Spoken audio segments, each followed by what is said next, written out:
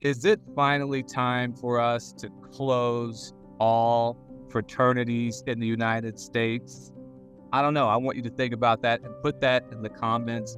Hey, it's Ronnie. Thanks for joining me here for another episode of Our Best Letters as we all try to put the severed parts together as it relates to making sense of the world. I asked that question because of the case of what happened to Danny Santulli. He was the University of Missouri student, and you may have heard about this because this has been out for about 3 or so years now. And he was a part of Greek life at Mizzou, I think is how you say it. And he was unfortunately hazed. And so this is what happened. Danny Santulli, he was about 2 months into his freshman year, and he joined the Phi Gamma Delta Fraternity, and it's otherwise known as Fiji. On a Tuesday night in October, what ended up happening was a pledge dad reveal night. And at that event, Santulli was forced to drink lots of alcohol, including a liter of vodka. And that led to him becoming unresponsive. But even well before that particular scenario, it was said that Santulli was subjected to a lot of demeaning behaviors, things that were just extreme to the point to where it cost him a lot of money financially, it cost him a lot emotionally, it cost him a lot psychologically. And reportedly, Danny was questioning the value of being involved in this fraternity in the first place. Should he even continue that?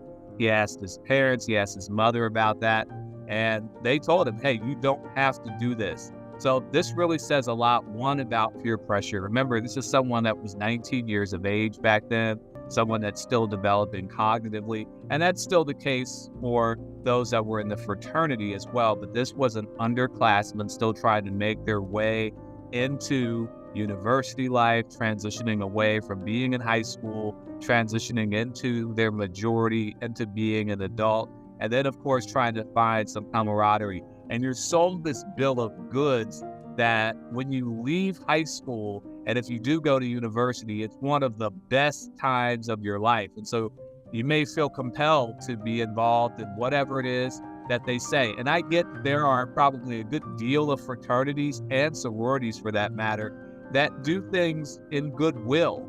And sure, there's a rite of passage where you may do some hazing, you may give the underclassmen or a new person that's pledging a little bit of a hard time so that they are earning their way through the hierarchies, they're earning their way into the spot of being a part of what could very well be lifelong, a lifelong brotherhood, a lifelong sisterhood. And at the end of the day, it's just in goodwill. There's nothing that's problematic with it. It's like a continuation of a senior prank that happens in high school, but it just goes up to a different level, and there's really no malice in it at all. So we want to understand that there's horseplay, and that's a part of college culture, and that's great. But this situation here at Mizzou was just so extreme. So as I said, that Santulli unfortunately became unresponsive because he had so much vodka. And I read somewhere else that basically he was blindfolded and he had a big bottle of vodka and it was taped to basically to his body. Like he really couldn't move. It's just all of this alcohol that he was consuming. And so he was not in full control of the situation. The hazing demands, this particular article I'm reading, and this is from, I think, a news site, Fox 2 Now, I think it is. The hazing demands by other Fiji brothers, it wasn't uncommon. So as I said, this is a part of what happens, and you play around with food, you play around with alcohol, you blow off steam, because there's a lot that goes into being a university student, a lot that happens with trying to study and pave a way for your future. But this went terribly out of hand because as he was unresponsive, they allegedly left Santulli outside, and he was not really with them. And eventually I think they moved him into the house and they put him on the couch, and then they collected him off of the couch to get him to a hospital, and they dropped him along the way. I think he hit his head on tile en route to the hospital.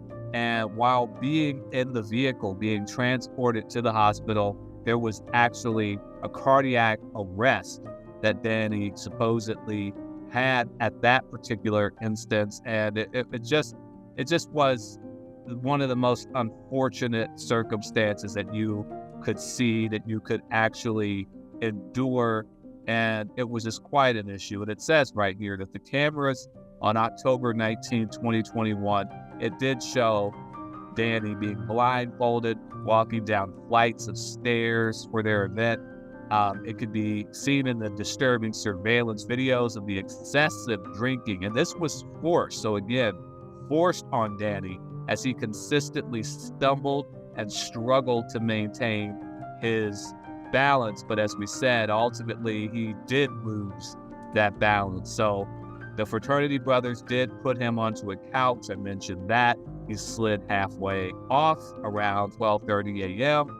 Less than 15 minutes later or so, one member can be seen propping him back onto the couch as others began to circle around. They ultimately carried Santulli outside. I made reference to that, which is when the 911 call was made. Now, what happened was so devastating in the melee and just in the wake of the event that Danny, unfortunately, was left blind and unable to walk or speak. And this is all due to the brain damage from excessive alcohol poisoning. As a matter of fact, at the time they said that Danny's alcohol limit, his intake was at 0.486%.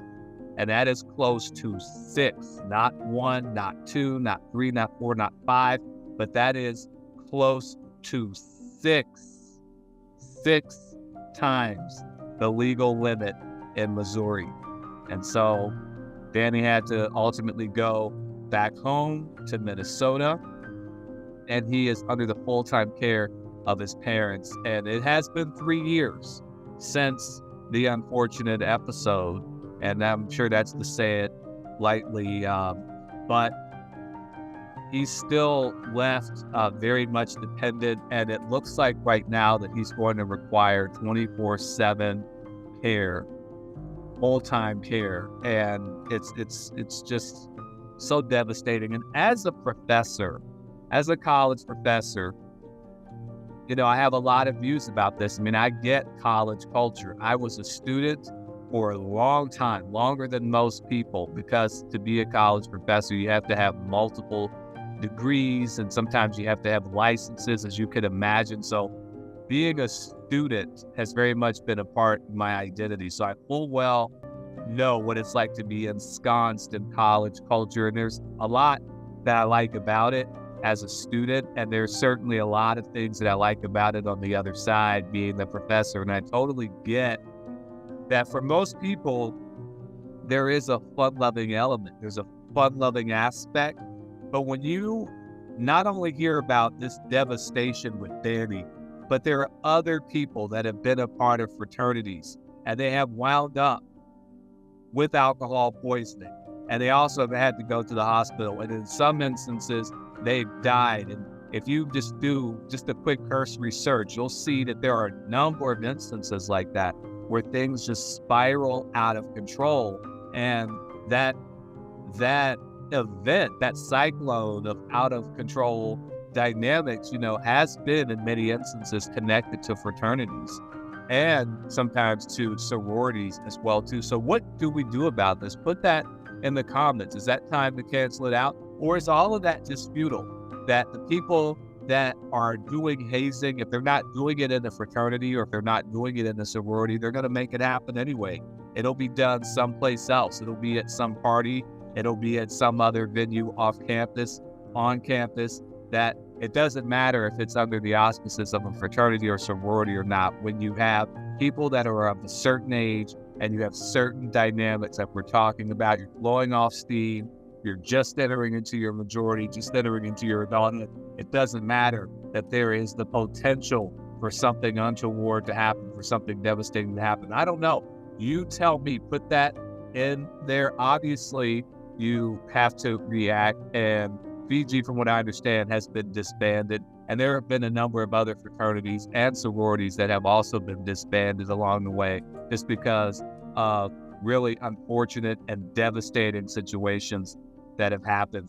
But what you've got here with the Santulli family, they are actually working to pass legislation called Danny's Law, and that would give some level of immunity to those who call 911 for a hazing victim. And they believe that that is something that maybe that could have helped Danny even more in 2021 if that had happened a lot sooner, as opposed to all of the starts and stops of let's put him on the couch, let's leave him there for a while, now let's come back to him, and now let's help him up, and then we're going to drop him, and all of these things like that. So is it like, let's just be more responsible here? I just had to bring this up, this whole issue, this story, because it's obviously developing. It's been 3 years now. Time is going to go on. We know that what happened at the beginning of the decade with COVID, and there are a lot of people that feel like their youth was stolen, or golden moments of their young adulthood was taken. And here's one of the venues, here's one of the third places, one of the instances where you could have camaraderie, come together and have some fun. So I don't know, what do we do in that way too, trying to make up for lost time from the pandemic? There's just a lot for us to grapple with here, but I would love to know more on what you think about this. And I certainly like to process and think about these things too. And in my book, White Girl Within, I talked not about necessarily college culture, but just the notion of forming an identity and sometimes being vulnerable around people that can make it more difficult for you to form that identity, for you to be comfortable in it, for you to want to assert yourself. So my book, White Girl Within, I talk about that. And I do have in the back of the book some resources that actually do pertain to people that are in middle school, high school, and also including college. So there are some things there to parse from a psychological level, and it'd be good for you to grab a copy so that you could gain some additional insights in that way. But back to this story here, it's just tragic. And as a new academic year is unfolding in a lot of colleges and universities, this is just a cautionary tale, just to think about this. Don't do things that you're not comfortable with, and really plan and make sure that you have an escape route, and you should not have to be forced to do things that just don't make sense for you. It's just something to think about. And in that way, I would love to go to your school, your college, your nonprofit, and talk more about having fun, for sure. Have fun, even push the edges, but not to the point of devastation, not to the point of destruction. So I'd love to talk about healthy identity formation, leadership, what it means to have respect, as well as balancing that with fun and with frolic. So definitely hit me up on ronniegladden.com. And again, what should be done about fraternities? Is it time to cancel them? Is it time to take a harder stance? Let me know in the comments. Thanks again for joining me here